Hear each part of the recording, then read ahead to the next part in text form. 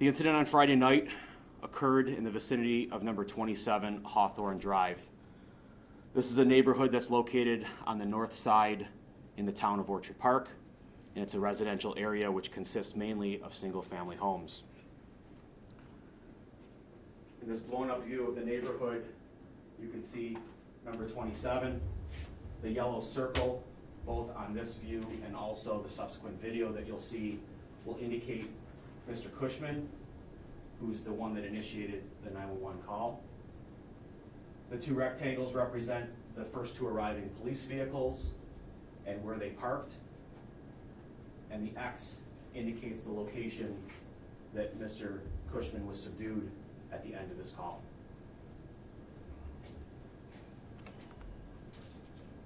The time of the 911 call was 8:50 p.m. As stated earlier, the location of it was number 27 Hawthorne Drive. Our 911 caller, as referenced earlier, was Mr. James Cushman, age 31. Mr. Cushman calls 911, stating that someone outside his house has a gun. He states it's his mother, and he states a laser was pointed at his face. Mr. Cushman states that he is outside the house, and he is armed with a knife. Mr. Cushman states that he is in front of the house, and his mom is on the porch. Mr. Cushman states to the 911 dispatcher, "If the Orchard Park police get sent here, I'm probably going to lose my effing mind, bro." The first OPPD officer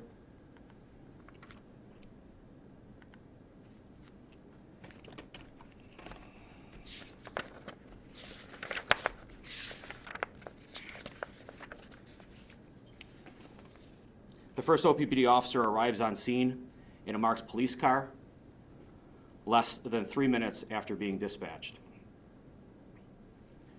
Mr. Cushman had stated to the 911 dispatcher at the time that the officers were responding, "I'm going out, man," and the dispatcher asks him what he means. Mr. Cushman states, "I'm going out with a bang."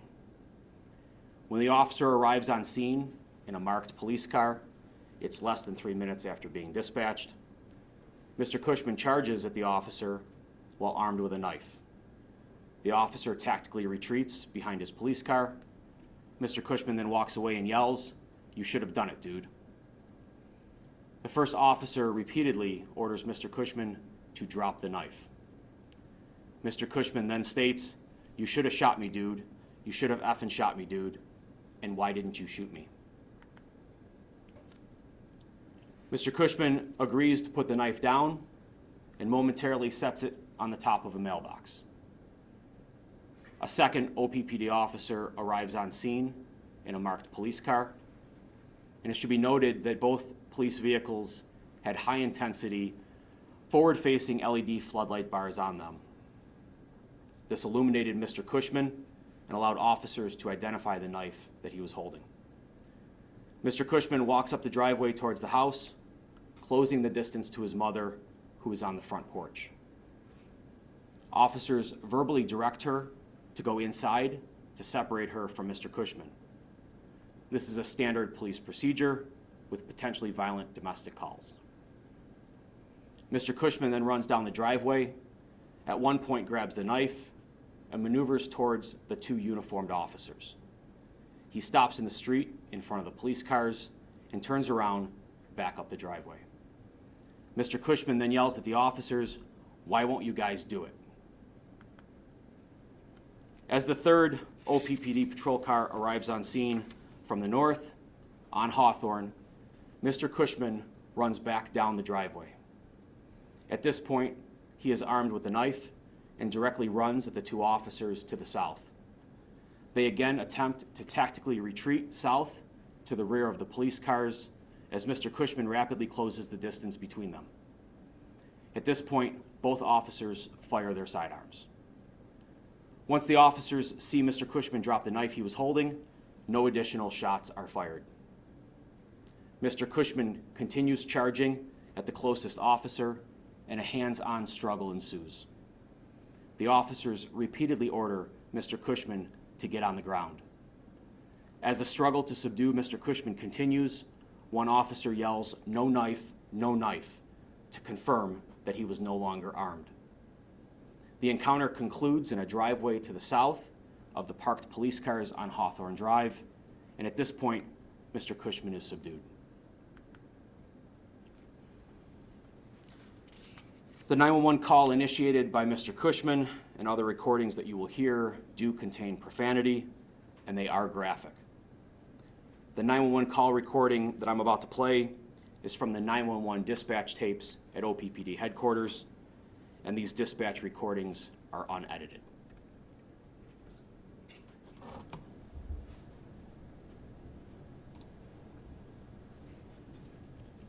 And that's great. That was Park 911 was for you, sir. What you got, dude? Hello? Hello, 911. Yeah, so basically, someone just ran up on the side of my house with a gun, and I seen a laser on my head. Someone ran up on the side of your house with a gun? Yeah, they really did. At 27 Hawthorne Drive. And what is your name? James Cushman. Whole situation. Yes, Who do you think it is? It's my mom. It's 100% my mom. I fucking caught her ass fucking with the phone linked to the, So your mom's running around the outside of the house? Oh, yeah. She's been trying to get me, Where are you at right now, Jim? Are you in the house or outside? Outside. And I'm armed as well. You're armed? With what? Yeah. A knife. You have a knife? Yes. Honestly, like, I don't know. I'm not feeling it. No.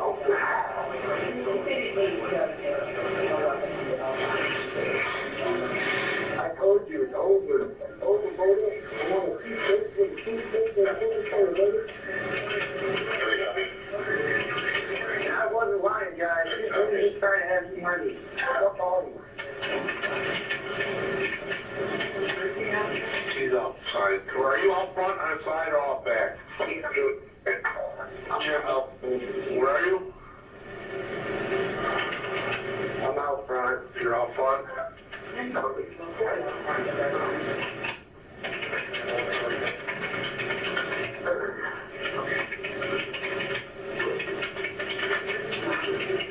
Where's your mom at? She's on the porch. I just make sure her ass goes to jail, bro. Your mom's on the porch? She's fucking good. I know you're not going to do it. So she's on the front porch? Yeah. I'm like walking out in the grass. I'm like, I don't know. I'm going to keep you on the phone until the guys get there, okay, James? Yeah. You said she's got a gun? Someone did. They pointed a laser on my face. I'm scared the fuck out of it now. And honestly, I don't know. If the Orchard Park police gets right here, I'm probably going to lose my fucking mind, though.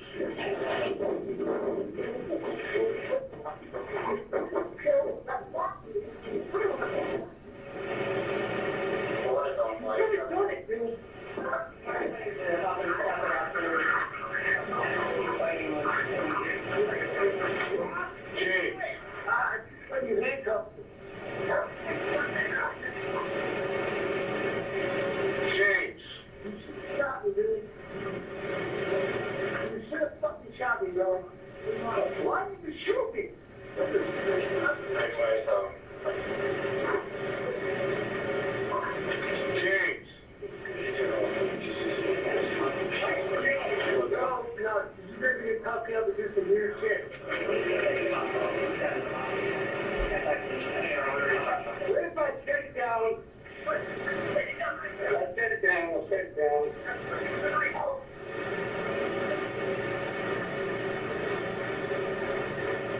I feel like this guy's gonna do some weird shit.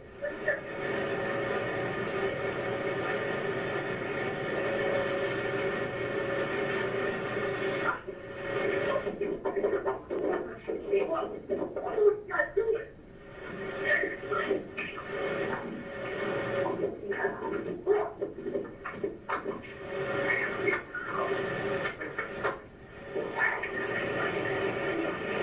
I'm not getting on the fucking ground.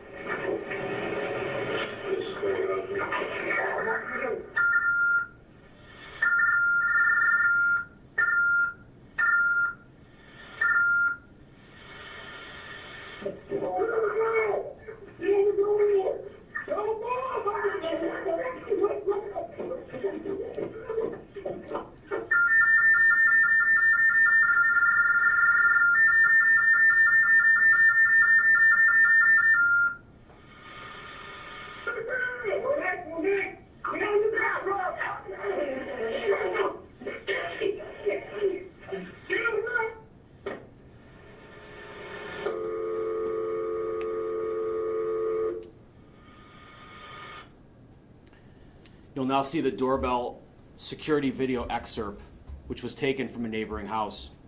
Some of what is shown is graphic and potentially disturbing.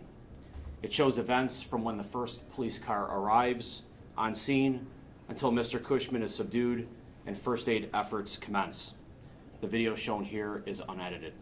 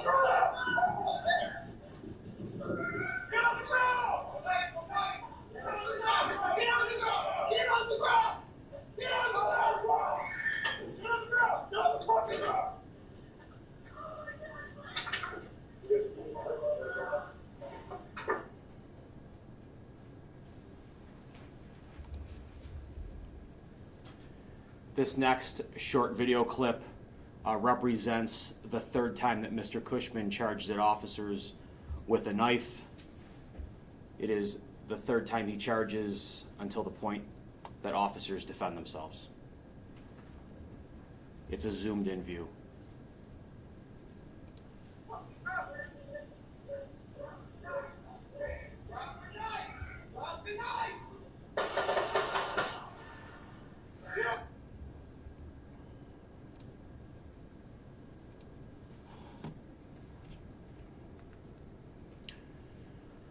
First aid treatment by the officers is initiated immediately.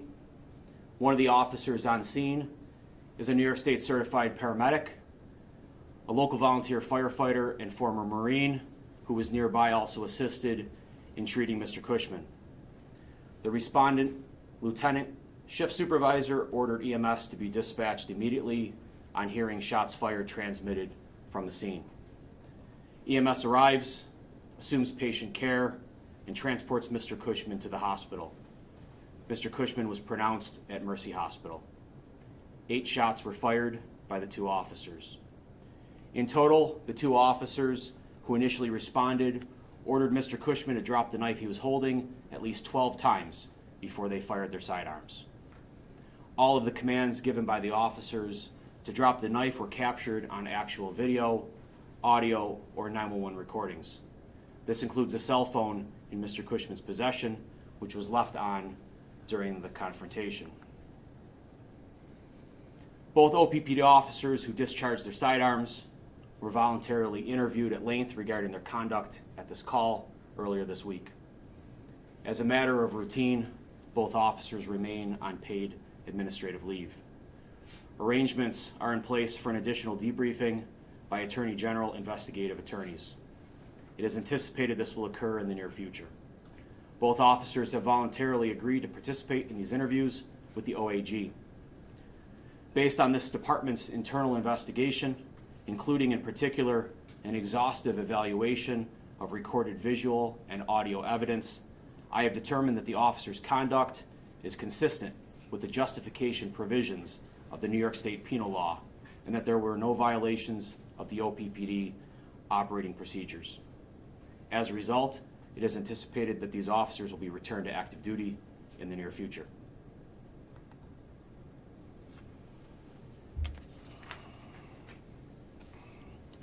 The Orchard Park Police Department expresses its condolences to Mr. Cushman's family.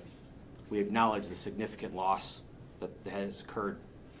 The post-incident investigation confirms that Officer Fowler and Officer Till were confronted with a situation where they faced a full-sized adult male armed with a knife who charged at them 3 times, forcing them to react as they did. As noted, both officers are fully cooperating in the post-incident investigation. At this point, I will take any questions. Can you clarify the moment that you spoke about earlier that has to do with a time where the knife was placed on the mailbox momentarily? Can you clarify where exactly that mailbox was located and for how long that knife was, on the mailbox and not in the possession of Cushman? So it was a brief period of time from when he agreed to set the knife on the mailbox until the time he regained possession of that knife. It occurred between the first and second times that he charged at the officers, and that mailbox is located on the east side of the street just south of the driveway that he entered and exited. So that was close to where the officers were standing? I'm just trying to figure out exactly where. So it's between the driveway and the officers' patrol vehicles. And when you say it was momentarily, like a moment, how long are we talking? Seconds? I don't have the exact number of seconds, but it was a very short period of time from the time he set the knife down on the mailbox until regaining possession of it and then charging back at the officers. So from your perspective, would there have been any sort of time where the officers could have gone and grabbed that knife at any point? Or was the focus mainly on Cushman? It happened so fast, I'm sure. So it was a brief period of time. The officers were next to their patrol vehicles. It was an active domestic disturbance. The information they had was that not only he was armed with a knife, but that the mother was in possession of a handgun. There was a lot for them to take in at that time when it comes to scene security and making sure they keep everybody safe, including themselves. And so that period of time was not adequate enough to regain possession of that knife in that short period of time that it was not in his hands. You said there's a history of mental health issues and that the police department is familiar with Mr. Cushman before. Can you elaborate at all on those things? So we have had incidents in responding to the house and also incidents in responding with Mr. Cushman that were of a mental health nature.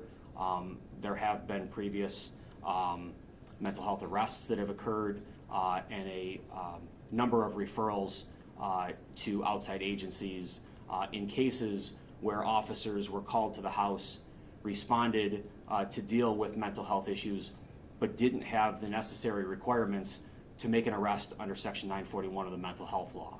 Officers have a variety of tools at their disposal, and many of those are resources that they can provide.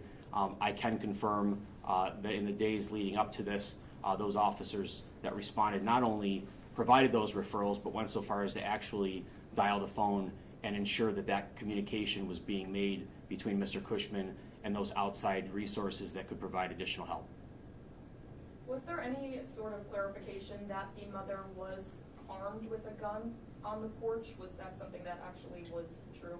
So our investigation has determined that she was not armed, despite what it was that he was telling us through the 911 dispatch center. So if he called to have police come to him, is it fair to say then that it's a suicide by cop? In evaluating the statements that he made, in viewing the video and listening to the 911 audio that we have recordings of, those statements that you heard here today and that you saw on video are consistent with suicide by cop. The investigation continues, and we'll leave it at that for now. Are mental health issues in an incident like this or similar incidents, are they common in Orchard Park that your department has had to deal with, or are they pretty unusual? Is this a pretty unusual situation? You know, I don't think Orchard Park deals with any more or less mental health calls than any other agency, not only here in Western New York, but throughout this country. It is a call that is responded to quite regularly as individuals either call for help themselves or others call for help for them. You know, it is not out of the ordinary for us to handle these types of calls throughout the course of every shift that we have here. I know there's been some clarity on this in the recent days, but can we just get sound from you of what exactly the Orchard Park Police Department body cam policy is? So the Orchard Park Police Department was one of the first agencies in Western New York to start a body cam program. That occurred back in 2016. We had a successful body cam program. However, over time, that equipment, hardware equipment, reaches end of use. Between firmware upgrades and battery issues, like all devices, laptops, cell phones, they do reach a point where they need to be replaced. Our department, in observing that our body cameras were starting to go down and we had more and more issues with them, began the process of securing funding to re-up our body cam program. That was done. Last year we applied for grant funding, and we were very pleased earlier this year to receive that funding through New York State. At the point that we received the grant funding, I began the process in our 2025 budget hearings to request the funding for the other side of a body cam program, and that is licensing and storage costs.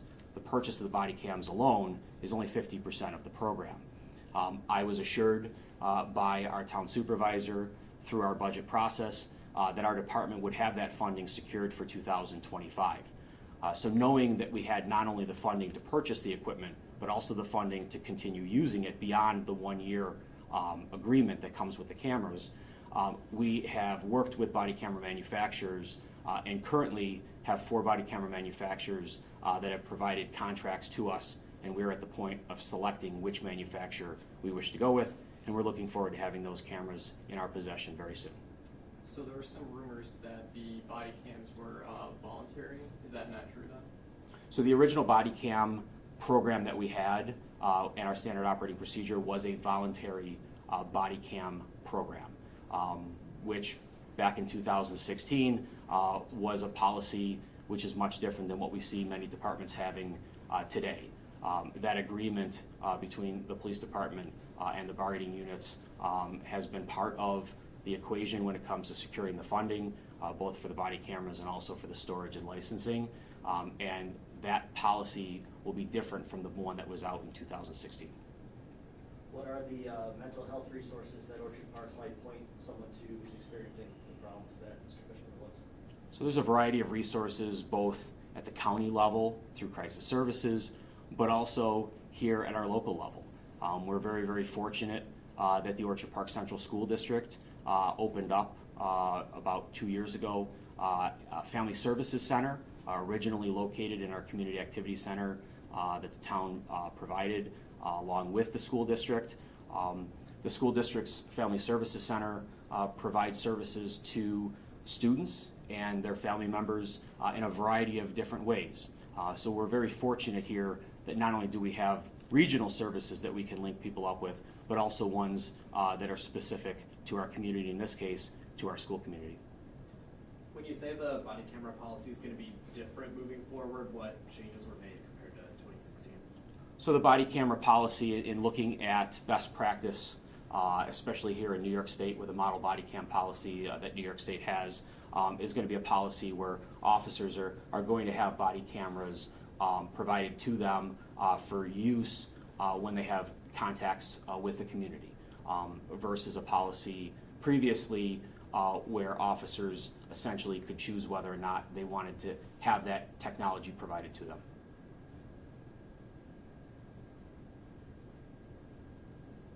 All right. Thank you for your time this morning. We do appreciate it. As you know, our department is preparing for a home football game, which is occurring tomorrow. We know that it's going to be an extremely busy weekend for us, and we thank you for coming today. Go Bills.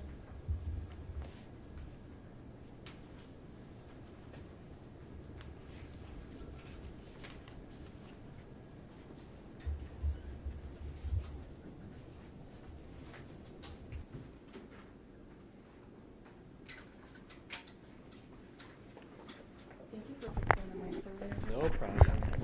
I always do that. Figured it was best for me too, since I wouldn't get in your guys' shots. It was a good point. It was the best time for that to happen.